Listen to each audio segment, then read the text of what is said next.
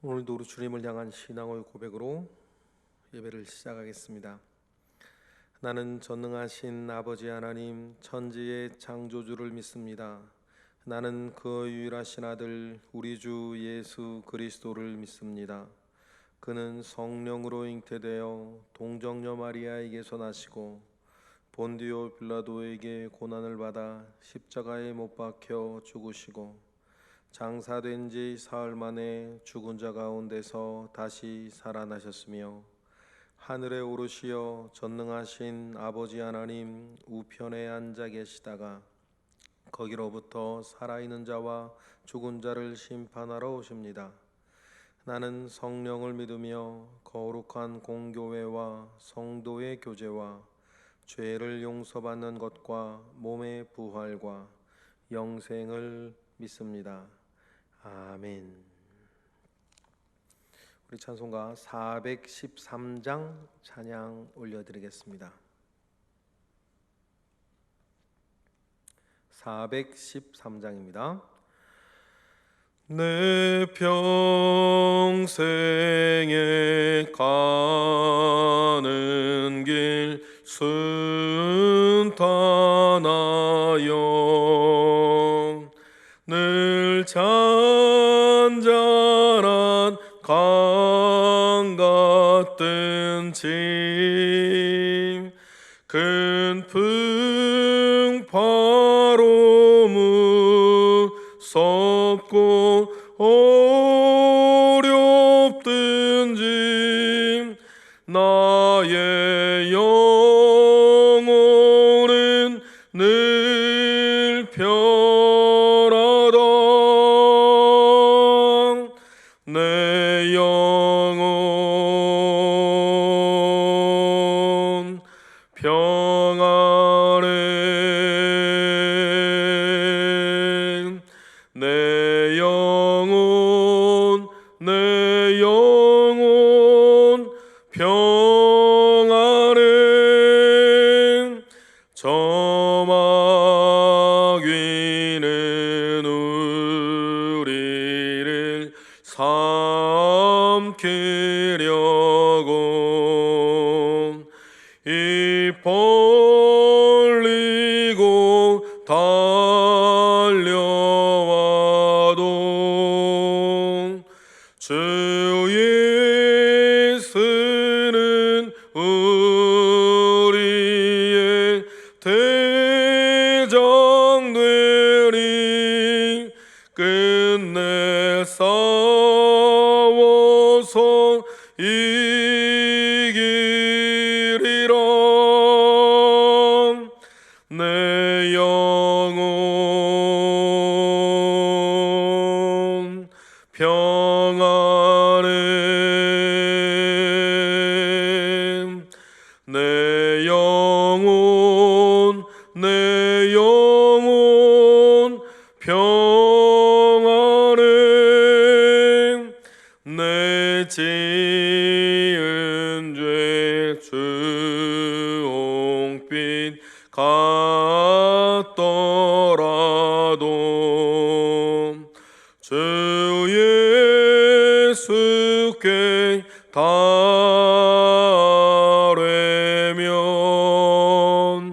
그 십자가 피로써 다시 세상 있는 보다 더 정하리라.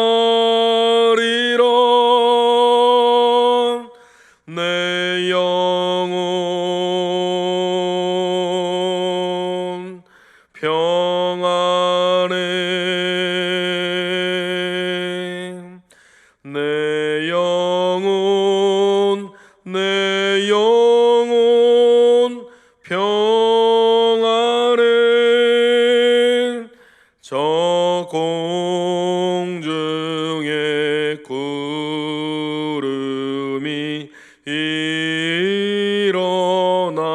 일어나면 큰 나팔이 울릴 때에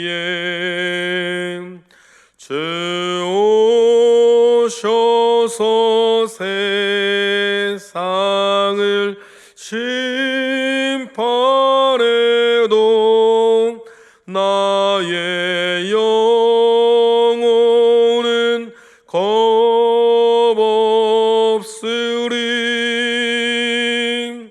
내 영혼 평안해. 내 영혼 평안해.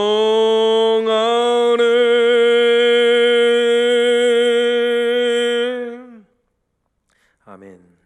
이 시간 우리 한 목소리로 기도하겠습니다. 재난이 이어지고 있고 그 안에서 우리의 삶이 위협받고 있습니다. 이러한 때일수록 더욱더 믿음의 주요 온전케 하시는 예수 그리스도를 바라보는 믿음이 우리 모두에게 있게 하옵소서. 믿음 안에서 이 전쟁에서 이기게 하시는 하나님을 만나게 하옵소서.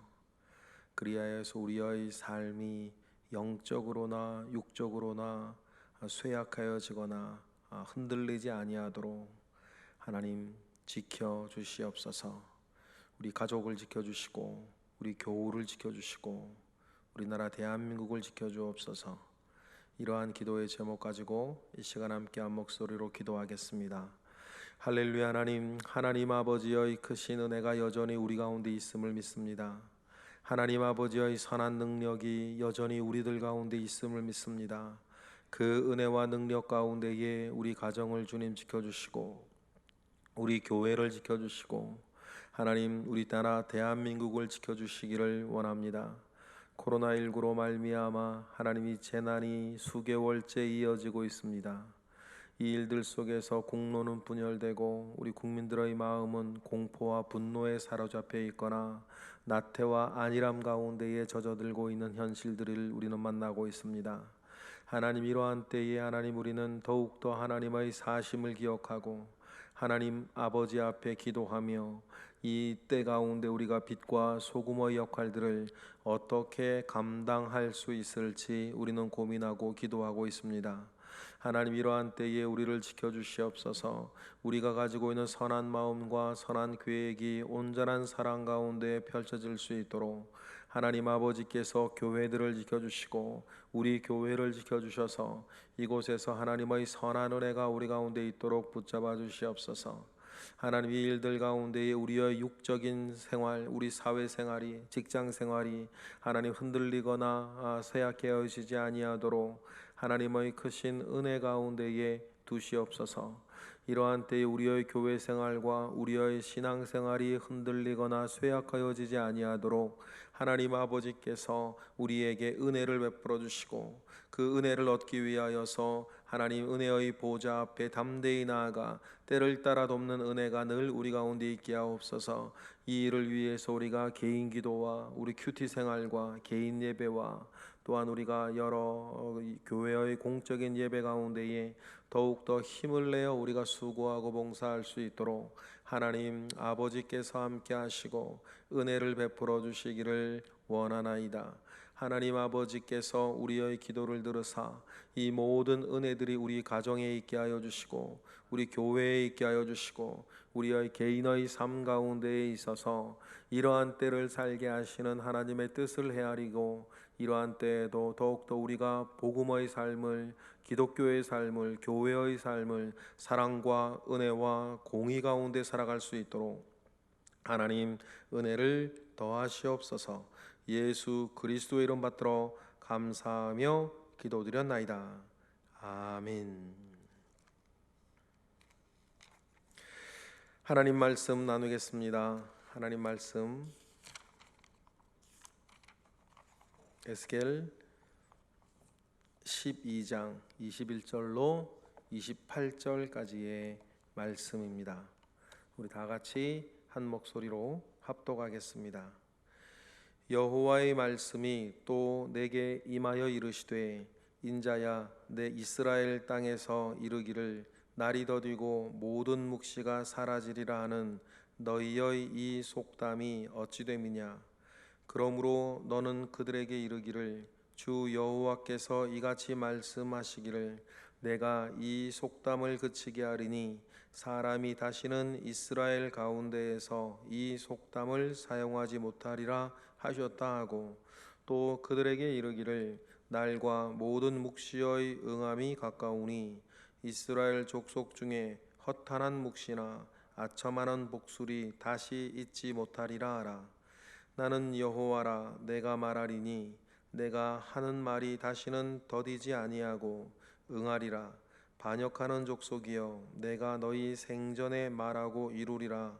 나 주 여호와의 말이니라 하라셨다 하라.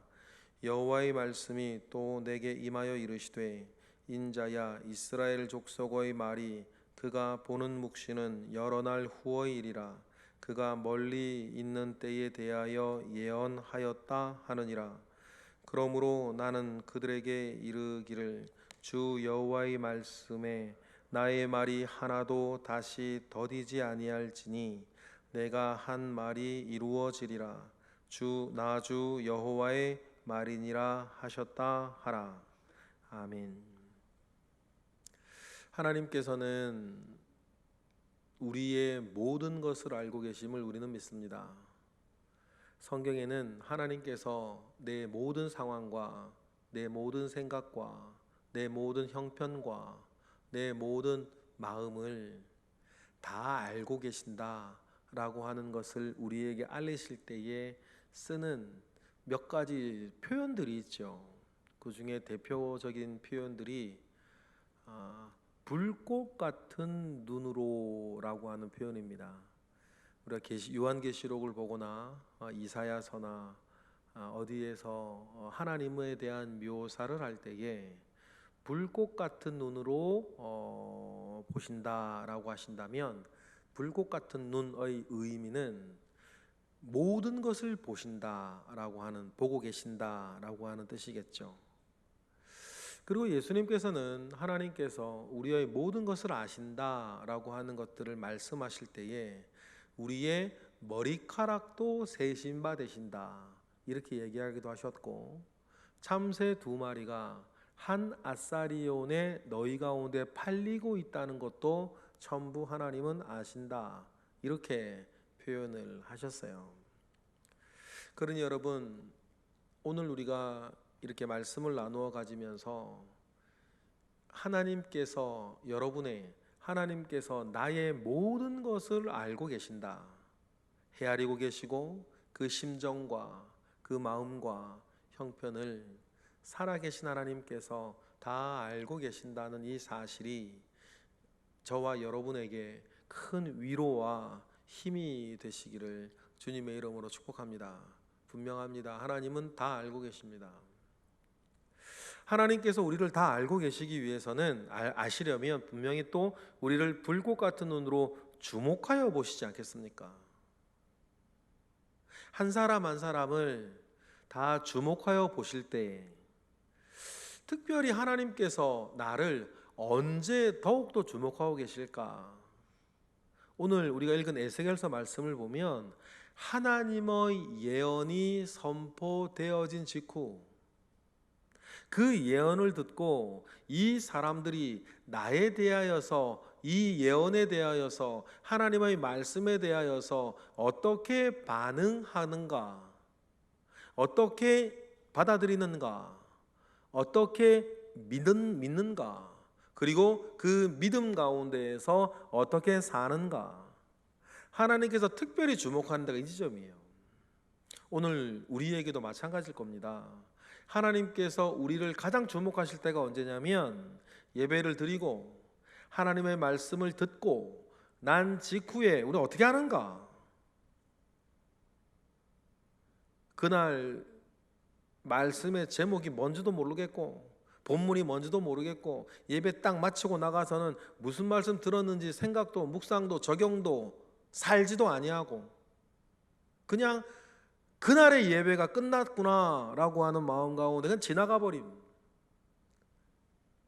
만약에 그렇다면 말이죠, 우리가 주님의 비유에 나와 있는 것처럼 길짝 같은 마음과 뭐가 다르겠어요?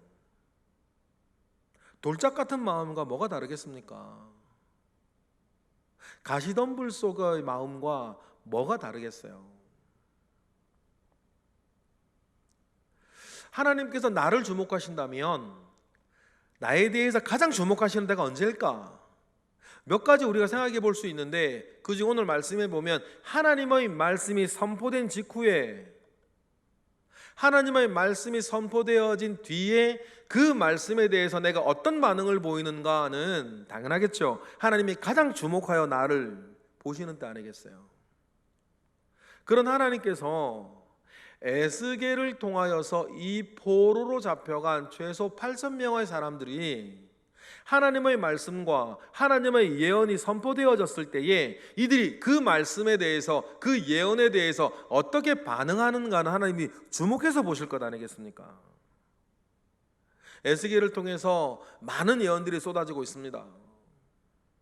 특별히 가장 최근에는 포로의 행장, 포로민으로 이미 바벨론으로 잡혀온 사람들이 정말 끔찍하게 생각하는 것 아니겠어요? 자기들이 쌌던 거, 자기들이 다 경험했던 거, 그 포로 행장의 예언이 펼쳐졌었고, 또 자기들도 지금도 경험하고 있는 건지도 모르죠.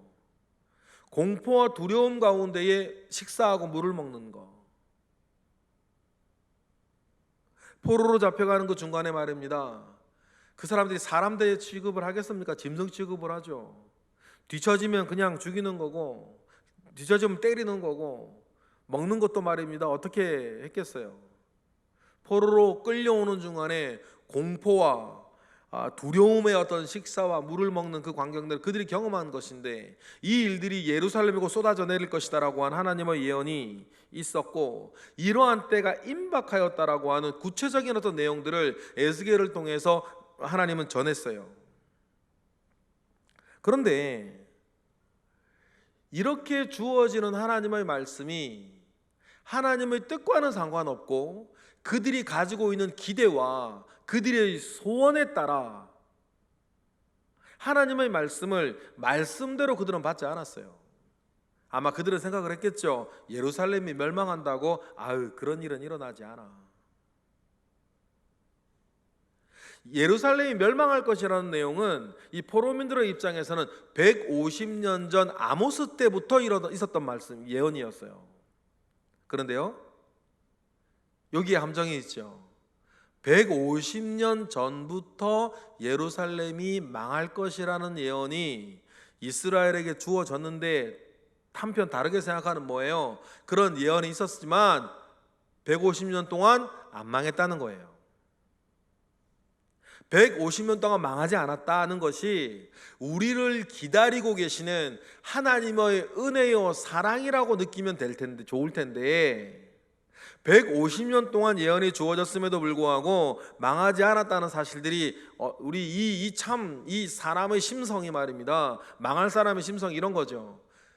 우리를 기다리시고 계속 봐주시는 하나님의 은혜로 받지 아니하고 어떻게 받은 거예요? 지금의 말씀도 150년 동안 이루어지지 않은 일이 뭐 지금 이루어지겠어? 그런 마음으로 받아들이는 거예요.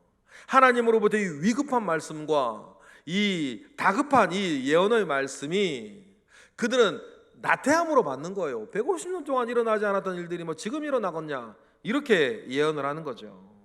여러분, 이 말씀은 에스겔이 지금 하는 예언만 무시하는 것이 아니라 최소한 지난 150년 동안 그들에게 주어졌던 모든 선지자들의 말씀을 싸그리 무시하는 거예요.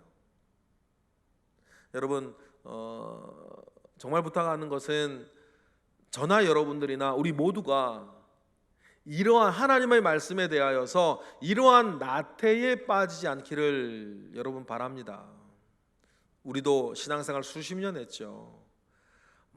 이래도 별일 없고 저래도 별일 없고 이러나 저러나 내 삶은 똑같은 것 같고, 하나님의 말씀을 대할 때, 그러니 하나님께 기도할 때 어떤 기대도 없고 마음도 없고 그냥 하니까 하는 건데, 정말 살아계신 하나님을 바라보는 마음은 없고 그냥 매너리즘에 빠져서 어제가 오늘 같고 오늘이 내일 같을 것이라고 하는 그런 막연한 마음 가운데 여러분, 우리의 신앙이 느슨해지지 아니하고 하나님에 대한 기대도 없고 하나님에 대한 두려움도 없고 살았다는 이름을 가졌으나 실상은 죽은 자처럼 여러분 우리가 있어서는 결코 안 될 줄로 믿습니다.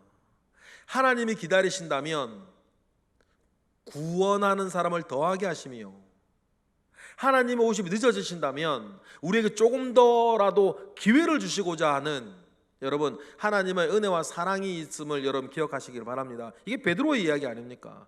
주의 오심이 늦어진다고 하는 사람들에 대해서 베드로가 뭐라고 그랬어요? 베드로서에서 우리에게 조금 더 기회를 주시고 한 사람이라도 더 구원받을 기회를 주기 위해서 하나님은 기다리시는데 그 하나님의 사랑과 기대를 나태함과 안일함 가운데 받는다면 여러분 그들에게 남아있는 하나밖에 없는 거예요. 뭡니까? 망하는 거예요. 망하지 아니하면 되지 않는 거죠. 오늘 에스겔의 포로 행장의 예언과 공포와 두려움의 식사 예언에 대해서 이스라엘 사람들이 보이는 반응을 하나님 주목하여 보셨어요. 그들은 그 예언에 대해서 어떻게 반응했습니까? 22절처럼 반응했어요. 22절 읽어볼까요? 시작. 인자야 이스라엘 땅에서 이르기를 날이 더디고 모든 묵시가 사라지리라 하는 너희의 이 속담이 어찌 됨이냐. 에스겔의 그 예언을 듣고 이스라엘 땅에서 이르기를 뭐라 그래요? 이 모든 묵시가 더디고 이른 날이 더디고 모든 묵시가 사라질 거라고 하는 속담이 있다. 이 묵시들은 이루어지지 않는다는 거죠. 예레미 이게 이스라엘 땅이라고 명명하셨으니까 이스라엘 땅에서 지금 누가 예언하고 있습니까? 예레미야가 예언하고 있지 않습니까? 그런데 예레미야가 그 예언을 할 때 우리 예레미야서를 읽어보신 적이 있으시면 기억하실 거예요. 아니라고 말이에요. 이런 예언 아니라고. 하나님은 지키실 거. 다윗에게 하신 거 언약이지 않냐고. 이 땅을 영원히 지키시고 다윗의 왕권이 영원히 유지될 거라고 하나님이 다윗 약속하지 않으셨냐라고 이야기하는 그 거짓 예언자들이 있지 않았습니까? 예레미야서를 보면. 그러니 이런 망할 것이라는 이 묵시는 더디 오는 거고 뭐 이 묵시는 사라질 것이다, 거짓 예언이다, 믿지 않아요. 그 일들이 언제 어디에서 일어나고 있다? 그 당시 이스라엘 땅에 일어나고 있었다.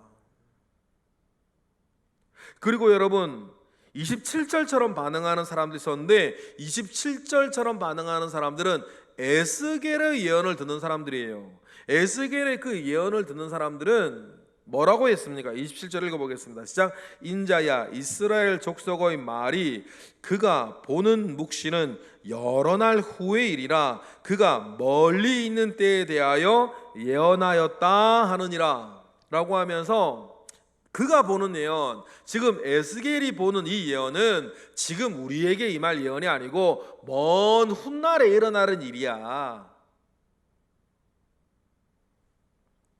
멀리 먼 훗날에 일어날 일에 대해서 예언하고 있는 거지 우리에게 주시는 말씀은 아니야, 예언은 아니야. 그렇게 하고 있어요. 그럼 어떤 일이 벌어지고 있는 거예요? 이제 여러분 예루살렘의 멸망이 4, 5년 뒤 앞으로 다가왔습니다. 이제는 시간이 없어요. 연대를 계산하면 4, 5년 전이거든요. 4년 남았습니다. 그런데 그때의 이스라엘 땅에서는 이 묵시는 거짓이라고 얘기를 하고 있고 포로민들은 이 묵시는 먼 훗날의 이야기를 이 일이지 지금 우리 때 일어난 일은 아니라고 생각하고 있어요. 왜냐하면 이 사람들은 인간적인 하나님의 뜻과는 상관없이 자기들의 인간적인 소원이 있어요. 뭡니까? 예루살렘으로 돌아가야지. 예루살렘으로 돌아가야지. 우리 고향 땅으로 돌려보내 주실 거야. 하나님은 뭐 작은 따옴표 사랑의 하나님이시니까. 하나님은 사랑의 하나님이시니까 우리 이렇게 하지 않으실 거야. 그러면서 지금 그들에게 임하는 하나님의 말씀을 사실상 뭐 하는 거예요? 부정하고 무시하는 거예요. 뭐 때문에? 자기들 소원 때문에, 자기들 입장 때문에, 자기들 형편 때문에, 자기들 생각 때문에, 자기들 이념 때문에.